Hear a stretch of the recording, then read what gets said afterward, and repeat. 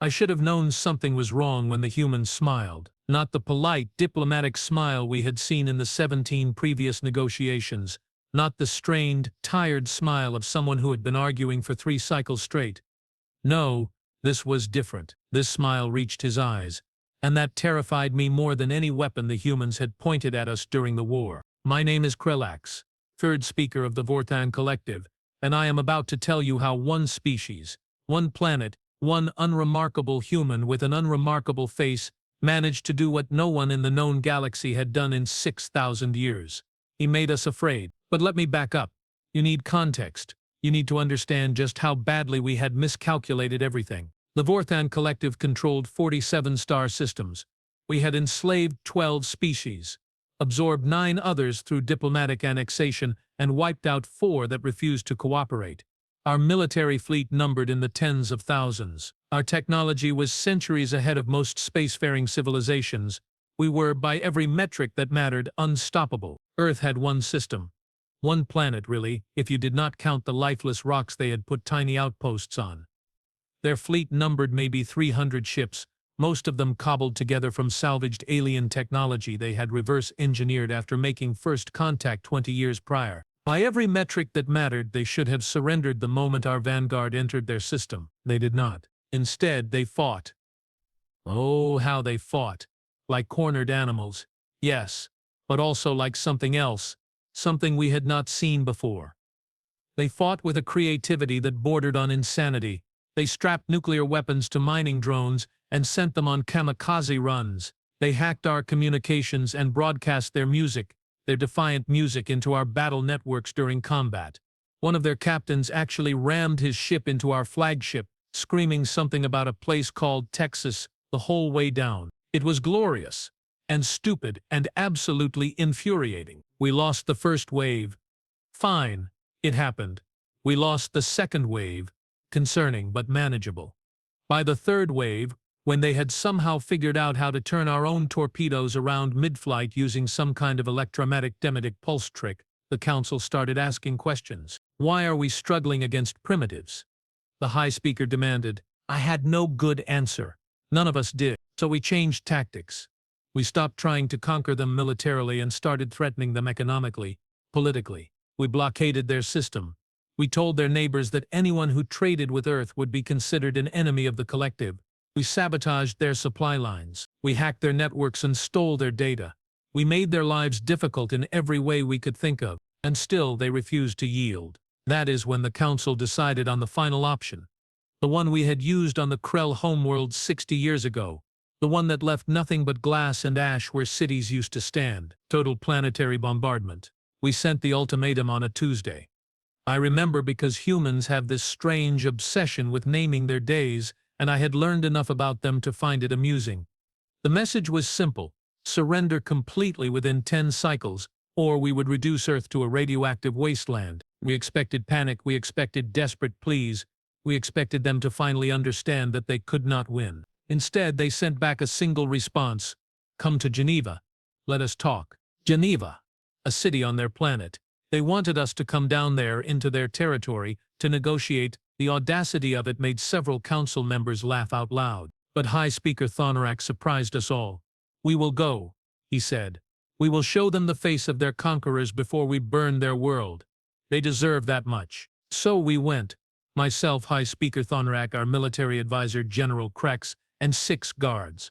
We took a shuttle down to their planet, landing at the designated coordinates. The building they chose was old, by human standards.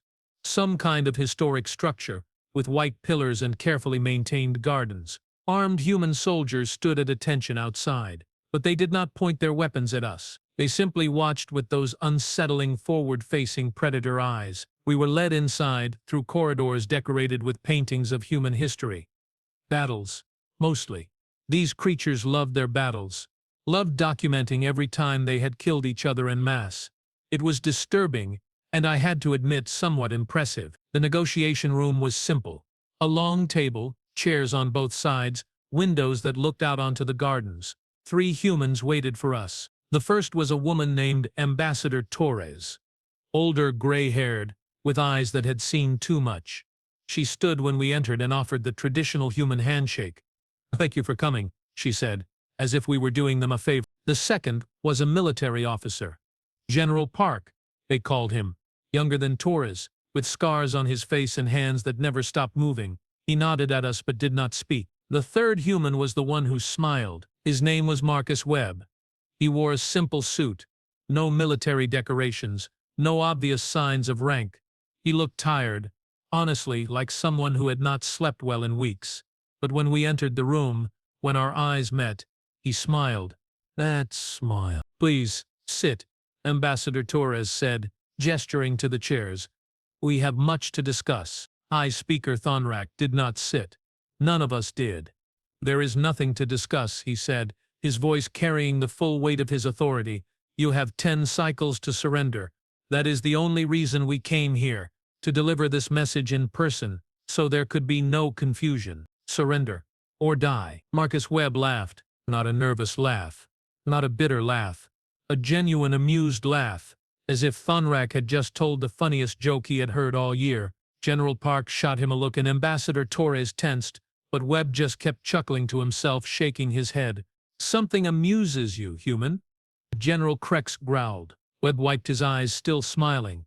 I am sorry, he said. It is just funny.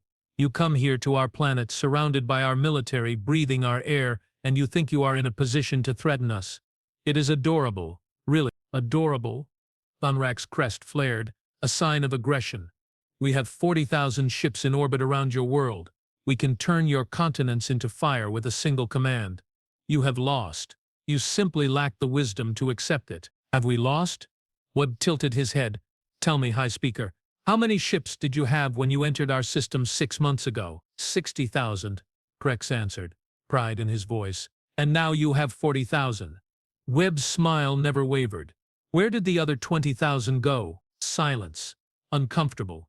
Angry silence. Webb continued, his voice conversational, almost friendly. Let me tell you a story about humans. Since you clearly have not been paying attention. We are not the strongest species. We are not the smartest.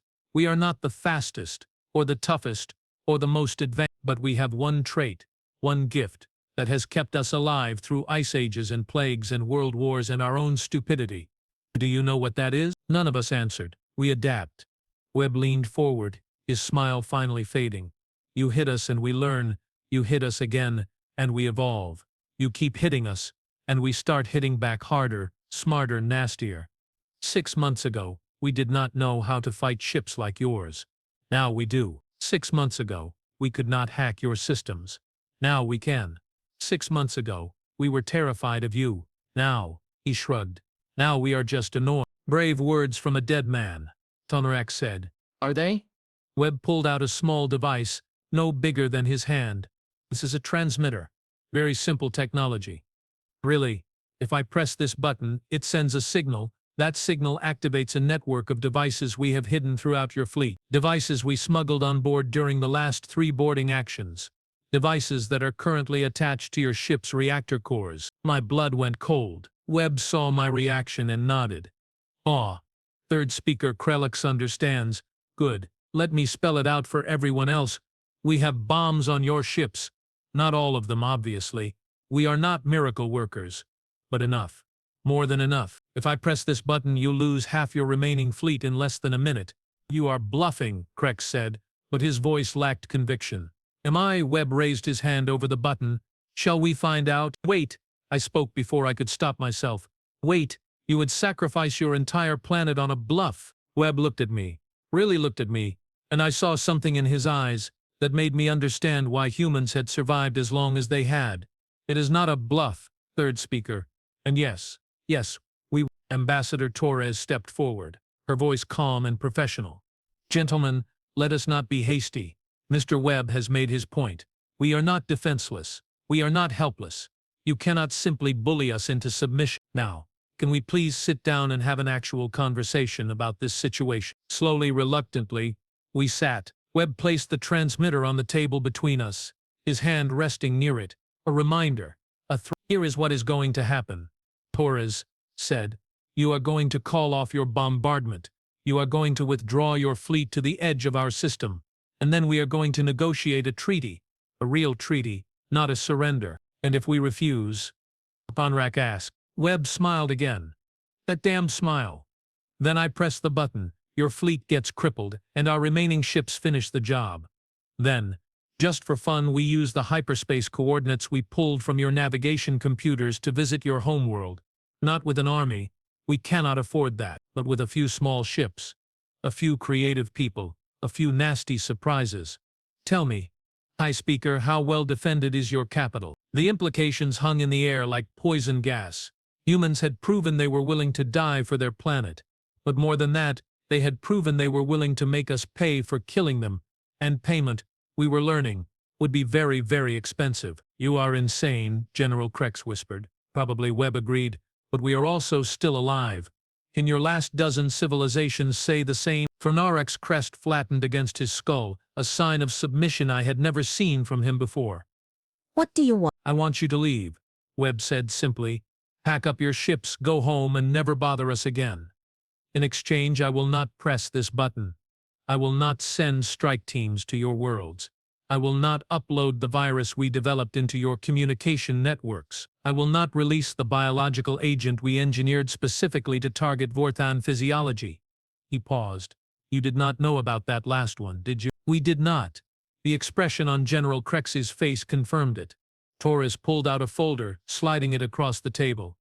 These are our terms: non-aggression pact, trade agreements, mutual defense considerations. Basically, you leave us alone, we leave you alone, and maybe eventually we can actually be allies instead of enemies. I reached for the folder, my hands shaking slightly. Inside were documents, detailed proposals, trade routes, technology exchanges, real negotiations. The kind we had with equals, not subject. When had we started thinking of them as equals? You have 6 cycles to review these terms and respond, Torres continued. After that, Mr. Webb's finger might get tired and accidents happen. 6 cycles. Thonrak stood slowly.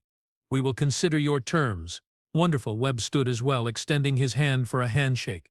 I look forward to a productive relationship. Thonrak stared at the offered hand for a long moment, then with visible reluctance shook it. The human custom felt wrong, awkward, but also somehow binding. As if we had just agreed to something we had not fully understood yet. We left the building in silence, returned to our shuttle, and lifted off. As Earth shrank below us, General Krell'ax finally spoke. They were bluffing. They had to be bluffing. Were they? I asked, staring at the folder in my hands. The bombs, the virus, the biological weapon. All of it. Bluffs. Scare tactics. I thought about Marcus Webb's smile, about the certainty in his eyes, about the 20,000 ships we had lost. Maybe I said, but are you willing to bet 40,000 ships on it? Your home world? Your family? Krell'ax said nothing. High Speaker Thonrak sat in his command chair, his crest still flat. Send a message to the Council. Tell them we are reviewing human terms for a non-aggression pact. A pact? Krell'ax's voice rose. They are primitives. We should crush them. With what? Thonrak snapped. We came here with 60,000 ships and the full might of the Collective. We have lost a third of our fleet to a species that learned to build warships 20 years ago. 20 years. In 20 years they went from not knowing we existed to fighting us to a standstill. What will they be capable of in 50 years? 100. He shook his head. No. We cut our losses. We take the pact.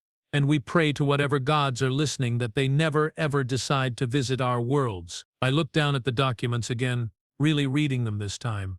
Fair terms. Reasonable terms. The kind of terms you offered to someone you respected. That was the trick. Was it not? The humans had not just fought us to a standstill. They had forced us to respect them, to fear them, to see them as equals. One species, one planet, one man with a transmitter and a smile. We returned to the fleet, and I went to my quarters to begin reviewing the treaty proposals in detail. The words blurred together as exhaustion finally caught up with me, but one thought kept circling through my mind. What if the bombs were real? What if the virus was real? What if everything Webb had said was absolutely horrifyingly real?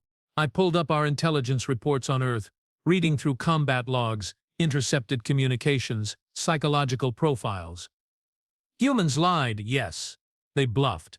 But they also had a saying I had seen repeated multiple times in our cultural database. Do not write checks your body cannot cash. Translation. Do not make threats you cannot back up. Had Webb been making threats he could not back up, or had he been making promises? I did not sleep that night. None of us did. The fleet remained on high alert, every sensor scanning for threats, every weapons system primed. We had 40,000 ships, enough firepower to level a continent in minutes, and yet, we were afraid. The next cycle I attended a briefing with the senior staff. General Krell'ax had spent the night analyzing the humans' claims, trying to determine if they were feasible. The bombs, he began, pulling up a holographic display. Theoretically possible. We have had 17 boarding actions in the past 6 months. Most were repelled, but not all. Small devices could have been smuggled on board, hidden in equipment, left behind by suicide teams. We are conducting sweeps now, but our ships are massive.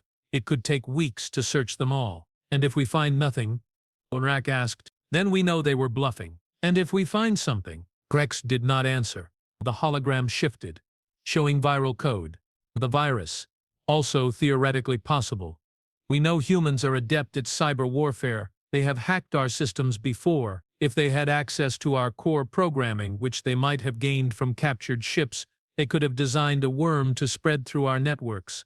Our technicians are analyzing our systems now, but again this will take time. And the biological weapon, that one worries me most. Krell'ax admitted, humans are terrifyingly good at biology. They have been modifying their own genetics for medical purposes for centuries, creating a targeted pathogen that affects Vortan physiology, difficult but not impossible, especially if they obtained Vortan tissue samples during the war, which they definitely did. We lost enough soldiers in boarding actions. Krell'ax's crest rippled. So you are saying all of their threats could be real? I am saying we cannot prove they are not real, and that is a problem, a massive problem. We had built our empire on certainty, on overwhelming force, but humans had introduced doubt, and doubt, we were learning, was more powerful than any weapon. I spent the next several cycles reading the treaty proposals, comparing them to our standard annexation contracts. The difference was stark. Where our contracts demanded tribute, resource rights and military access, the human proposal suggested mutual trade, shared technology development, and defensive alliances. Where we demanded obedience, they requested respect. It was almost insulting in its reasonableness. Almost, but every time I felt my pride rising, I remembered Marcus Webb's smile, and the transmitter on the table, and the 20,000 ships that were no longer with us. On the 4th cycle, one of our search teams found something. A small device, no bigger than a human fist, attached to the reactor housing of the warship Fist of Conquest. The ship was evacuated immediately, and our best technicians spent hours analyzing the device remotely. Their conclusion, it was exactly what Webb had said it was. A bomb, sophisticated, well hidden, and more than powerful enough to cause a catastrophic reactor failure if detonated. General Krell'ax looked like he might be sick. Search every ship. Now, over the next 2 cycles, we found 17 more devices.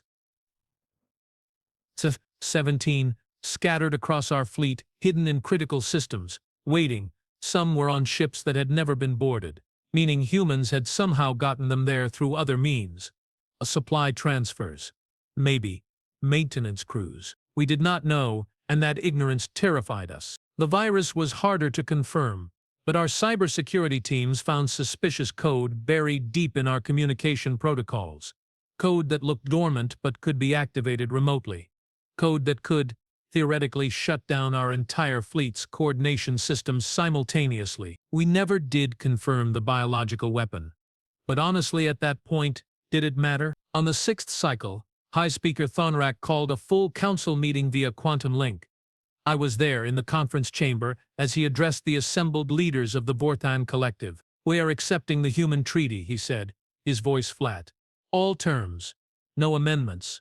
We will withdraw our fleet, establish the non-aggression pact, and open diplomatic relations. The council erupted. Voices overlapped, demanding explanations, calling for Krell'ax's removal, insisting on continued military action. Krell'ax waited for silence. When it came, his next words cut through the chamber like a blade. We found the bombs. The silence deepened. We found the virus code. Someone whimpered. I think it might have been me. I do not know if they have a biological weapon. I do not know what else they might have prepared. and I do not know how much damage they could do to our empire if we push them further. What I do know is this: humanity is the most dangerous species we have ever encountered, not because they are strong, but because they are unpredictable, adaptable, and completely, utterly willing to drag us down with them if we try to destroy them. He pulled up an image. Marcus Webb's face, frozen mid-smile. This is the human who threatened us. Look at him. Remember him. Because he represents something we have never faced before. A species that would rather die than kneel. A species that turns every defeat into a lesson and every lesson into a weapon. A species that does not just fight wars. They weaponize everything. Their ships, their technology, their very presence in our fleet. Thonrak paused, letting that sink in. We are accepting their treaty because the alternative is not victory. The alternative is a war that never ends, that bleeds us slowly, that turns every interaction with them into a potential trap. They have already proven they can hurt us. If we continue, they will prove they can destroy us. They are primitives. Someone protested weakly. They were primitives 6 months ago, Thonrak corrected. Now they are our equals. And if we give them another 6 months, another year, they will surpass us. Better to have them as uncomfortable allies than as dedicated enemies. The vote was not unanimous, but it did not need to be. The majority ruled, and the majority had finally understood what I had realized in that conference room on Earth. We had not lost a war. We had met our match, and we were smart enough to walk away while we still could. 3 months after we signed the treaty, humanity invited us to a party. I am not joking. An actual party. They called it a diplomatic reception, but the invitation made it clear there would be food, drinks, music, and what they termed cultural exchange activities. General Krell'ax thought it was a trap. High Speaker Thunrak thought it was a test. I thought it was the most human thing I had ever heard. They nearly destroyed us. We nearly destroyed them. So obviously the next logical step was cocktails and small talk. I was chosen to attend as part of the Vortan delegation. Lucky me, we took a small shuttle down to Earth, landing at a different location this time. A coastal city called Barcelona. The building was another historic structure, all curves and colorful mosaics, designed by some human architect who apparently had never heard of straight lines. Ambassador Torres greeted us at the entrance, wearing something formal but less severe than her previous outfit. She actually smiled when she saw us. A real smile, not the diplomatic mask I had expected. Third Speaker Krell'ax, welcome. I am glad you could make it, Ambassador Torres. I inclined my head, the Vortan equivalent of a polite nod. Your invitation was unexpected. Was it? She gestured for us to follow her inside. The war is over, we have a treaty. Now comes the hard part. Actually getting to know each other. The reception hall was filled with humans and aliens. Not just Vortans, either. I spotted delegates from the Kelvin Trade Consortium, the Pax Republic, even a few Shrell who normally avoided gatherings with more than 5 attendees. Everyone was mingling, talking, holding glasses filled with various liquids. Is that alcohol? One of my fellow delegates asked, horrified. Among other options, Torres confirmed. We have synthesized alternatives for species with different biological compositions. Your drinks are marked with blue labels. Perfectly safe, I assure you. Safe. As if that was our primary concern after the past 6 months. Marcus Webb appeared from the crowd holding 2 glasses. He still looked tired, but the exhaustion seemed less crushing than before. He offered me one of the glasses. Third Speaker. Glad you made it. This is a Vortan safe equivalent of wine. Fruity, slightly sweet, non-toxic. I checked personally. I took the glass carefully, sniffing it. It smelled pleasant, actually. You checked personally? Well, I had our xenobiologist check. I watched. Same thing. That smile again, but softer this time. Less threatening, more genuine. Look, I know the past few months have been tense. I thought it might help if we all spent some time together in a setting where nobody was threatening to blow anybody else up. A novel approach, I admitted, taking a small sip. The liquid was indeed fruity and sweet, with a slight effervescence.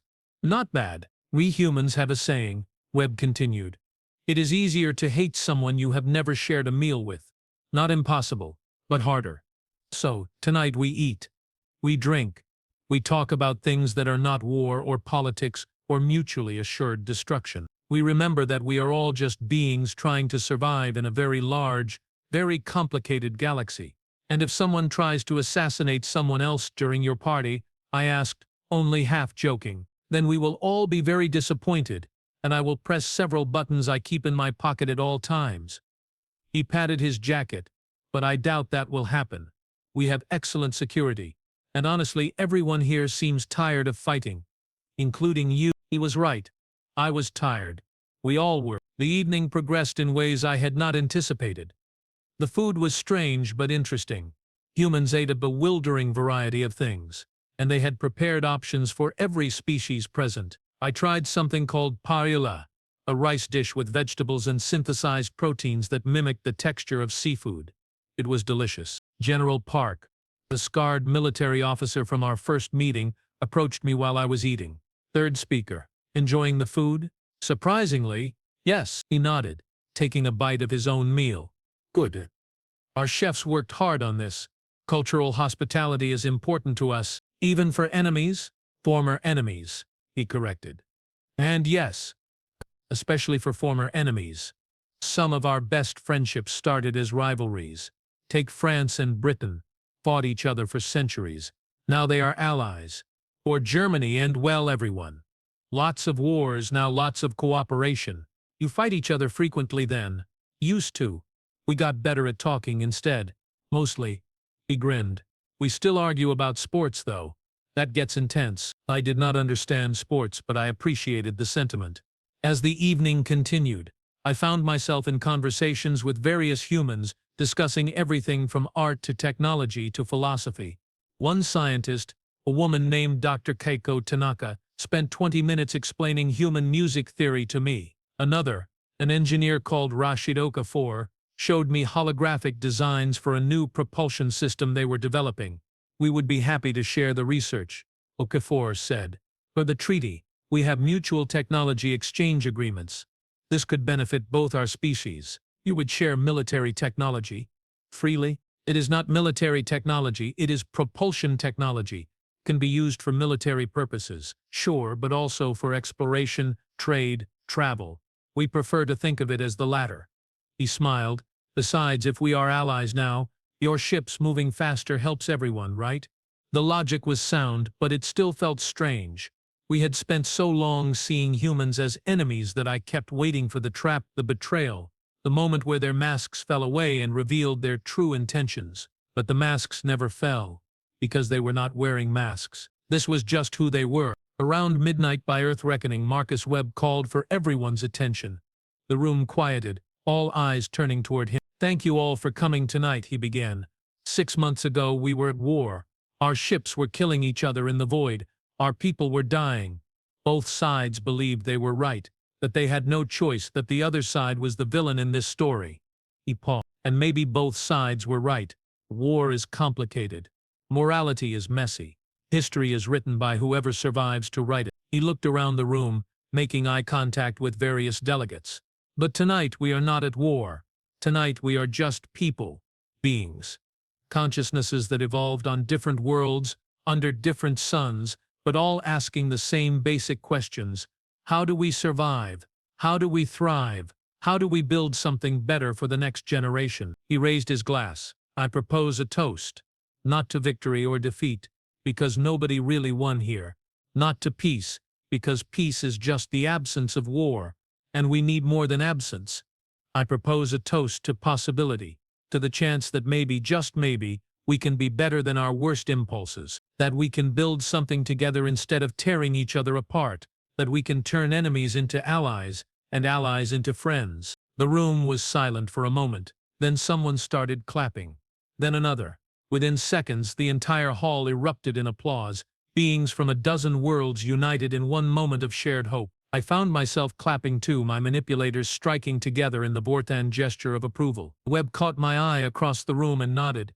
A simple acknowledgement, but it felt significant somehow. After the toast, the party continued, but the mood had shifted.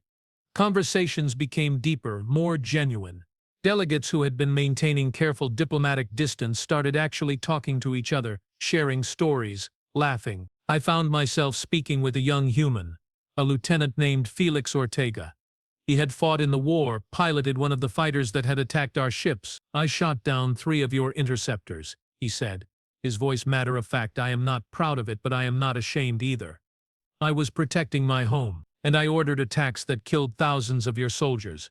I replied, I am not proud of it either, but I was protecting my people. We stood in silence for a moment, 2 beings who had tried to kill each other's comrades, now drinking synthesized wine at a party. Do you think this will work? Felix asked finally. The peace. I mean, the alliance. I do not know, I admitted, but I think it is worth trying. He raised his glass to trying. We clinked our glasses together, the human gesture feeling less foreign than it had hours before. The party ended near dawn. We returned to our shuttle, exhausted but strangely content.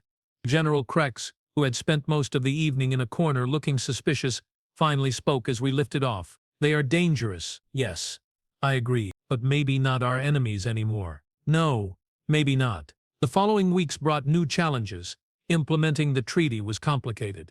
Trade routes had to be established, technology exchanges negotiated, military protocols rewritten. Every day brought a dozen small conflicts.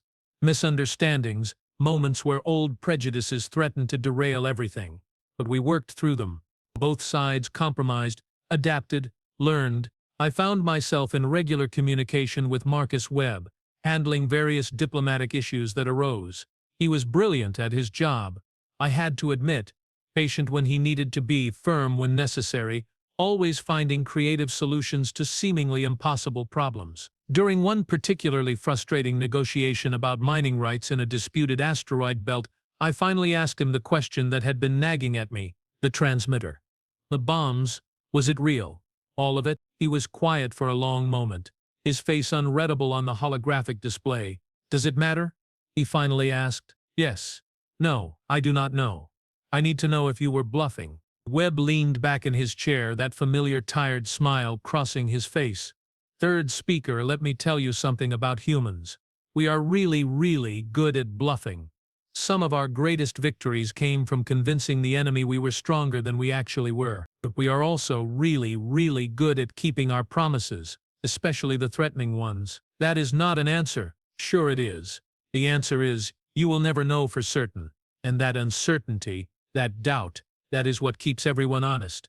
If you knew for absolute certain whether we could or could not destroy your fleet, you would act accordingly. But you do not know, so you have to assume we can, which means you have to treat us as equals. Which is all we ever wanted. I processed that for a moment. You are a manipulative bastard. He laughed, a genuine belly laugh that made me smile despite myself. It takes one to know one, Third Speaker. How many times did your people pretend to have capabilities you did not actually possess? Enough times that I recognize the tactic when I see it. Exactly. So let's just agree that we are both dangerous, both capable of horrible things, and both committed to not doing those horrible things as long as the other side behaves. Fair? Fair. The conversation shifted to the asteroid mining rights, and we eventually worked out a compromise that satisfied both parties. But his words stayed with me. We will never know for certain. Maybe that was the point. Maybe peace required a certain amount of productive uncertainty. Too much certainty bred arrogance, and arrogance bred conflict. But just enough doubt that bred 3 months after the treaty signing, humanity made an announcement that shocked the entire collective. They were opening their system to refugees. Not just any refugees. Specifically, the Krell, a species the Vortan Collective had been slowly strangling economically for the past decade. The Krell homeworld was dying, their resources exhausted, their people desperate. We had been letting them suffer, planning to offer annexation as their only option for survival. Humanity offered them asylum instead. Ships, supplies, and territory on 2 of their colony worlds, free of charge, no strings attached. The Council was furious. They are interfering with our sphere of influence. High Speaker Krell'ax protested. Are they? I asked. The Krell are not part of our collective, they are an independent species. Humans are offering them humanitarian aid, which is allowed under galactic law. It sets a dangerous precedent. Does it? Or does it set a precedent that treats beings like beings instead of resources to be exploited? Krell'ax glared at me. You have grown sympathetic to them. I have grown realistic about them. They are not going to play by our rules. We can either adapt to that reality or keep banging our heads against it. I prefer adaptation. Over the following months, more species started looking toward Earth, not for conquest or subjugation, but for partnership. Humanity became a hub of diplomatic activity, their system a neutral ground where different civilizations could meet and negotiate without the weight of old alliances or grudges. They were becoming exactly what they had promised in that conference room, not our subjects, our equals, and in some ways they were surpassing us. The final piece of my understanding fell into place 6 months after the treaty. During a private conversation with Marcus Webb, we were discussing a joint military exercise, a show of solidarity between Vortan and human forces. Why? I asked him suddenly. Why did you fight so hard? You could have surrendered, saved millions of lives, accepted annexation. Your people would have survived under our rule. Why did you resist? Webb set down his drink, his expression serious. Do you know what happened to the 12 species you enslaved? They live under Vortan protection. They receive resources, technology, security. They receive subjugation, Webb corrected. We did our research. Third Speaker, we know what your version of protection looks like. Cultural erasure, economic exploitation, entire civilizations reduced to labor forces for the collective. That is not protection. That is domination. It is survival. They would have died without us. Maybe. Or maybe they would have found another way. Maybe they would have allied with each other, built something new together. You will never know, because you did not give them the choice. He leaned forward. That is why not because we thought we could win, but because we refused to give up our right to choose our own future. Even if that future was death, it would be our death, our choice. That is insane. That is freedom, Webb countered. And humans will do insane things to protect it. We fought wars against ourselves over it. We died by the millions defending it. We wrote documents and songs and poems about it. Freedom is not just a concept for us. It is the concept, the foundation of everything we are. You threatened that, so we threatened you right back. And if we had called your bluff, if we had started the bombardment, then we would have made you regret it for generations. We would have taught every species in this galaxy that attacking Earth came with a price so steep, so terrifying, that nobody would ever try it again. We would have become a legend, a warning, a planet that could not be conquered because its people were too crazy, too determined, too absolutely unwilling to give up. He smiled sadly. We would have lost everything, but we would have made damn sure you lost more. I understood then. Finally, completely understood. Humanity had not been bluffing about the bombs or the virus or the biological weapon. They might not have had all those things ready at that exact moment, but they would have created them. They would have done whatever it took, no matter how insane or desperate or costly, because the alternative was giving up their freedom, and they would die before they gave that up. You terrify me, I said quietly. Good. Webb raised his glass. Terror breeds respect. Respect breeds caution. Caution prevents wars. Here is to being terrifying. I raised my glass and clinked it against his. To being terrifying. The joint military exercise happened 2 weeks later, Vortan and human ships flying in formation, practicing coordination protocols, demonstrating our new alliance to the galaxy. It went smoothly, professionally. No incidents, no conflicts. But I noticed something during the exercise. The human ships, the ones that had been cobbled together from salvage technology just months before, were different now. Faster, more maneuverable, better armed. They had been busy during our peace, improving, innovating, evolving. They were still adapting. That night, I filed my final report to the Council, a comprehensive analysis of human capabilities, culture, and threat assessment. My conclusion was simple. Humanity is the most dangerous species we have encountered, not because of their weapons or their technology, but because of their mindset. They treat every challenge as a problem to be solved, every defeat as a lesson to be learned, every threat as an opportunity to become stronger. They will never stop evolving, never stop improving, never stop pushing the boundaries of what is possible. We have 3 options. Destroy them completely, which would require resources we do not have and result in casualties we cannot afford. Ignore them, which would allow them to eventually surpass us entirely. Or ally with them, share their growth, and benefit from their innovations, while ensuring they have no reason to turn their terrifying creativity against us. I recommend the third option.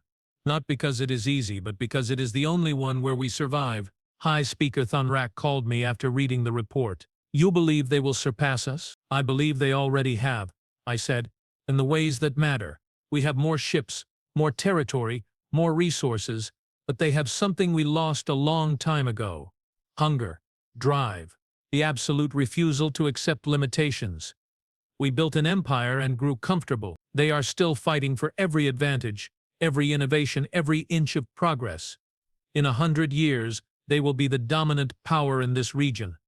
Better to be their ally when that happens. And if they turn on us, then we are doomed anyway. But I do not think they will. Humans remember their friends. And despite everything, despite the war and the death and the hatred, we have become their friends. Strange, terrifying, violent friends. But friends. Thunrak was quiet for a long moment. Your report is approved. Continue building the alliance. Yes, High Speaker. I ended the call and looked out at Earth through my viewport. The blue and green planet hung in the void, beautiful and unassuming. You would never know just by looking at it that it was home to the galaxy's most terrifying species. But I knew, we all knew now. Humanity had taught us a lesson we would not forget. You do not need to be the biggest or the strongest to win. You just need to be willing to pay a higher price than your enemy. And humans were willing to pay everything. Marcus Webb sent me a message later that evening. Just a simple text. No video call. Thanks for recommending the alliance. I know it was not easy. Dinner next week. My treat. I promise no bombs, no threats, no political maneuvering. Just food and conversation. I replied with a single word. Deal. As I prepared for sleep that night, I reflected on the past year. We had gone from conquerors to negotiators, from certainty to doubt, from enemies to allies.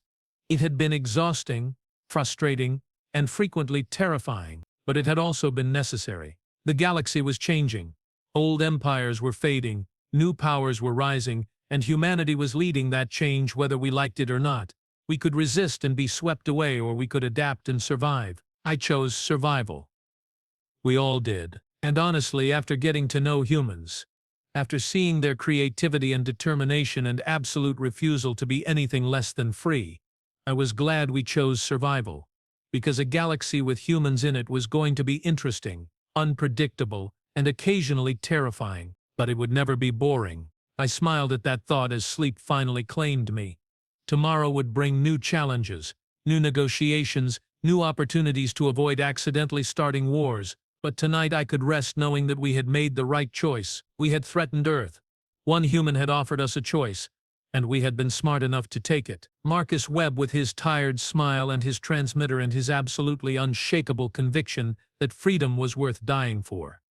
He had changed everything, not through force or conquest, but through the simple act of refusing to be conquered. Humans. Terrifying, brilliant, insane humans. The galaxy would never be the same. And that, I decided, was probably a good thing.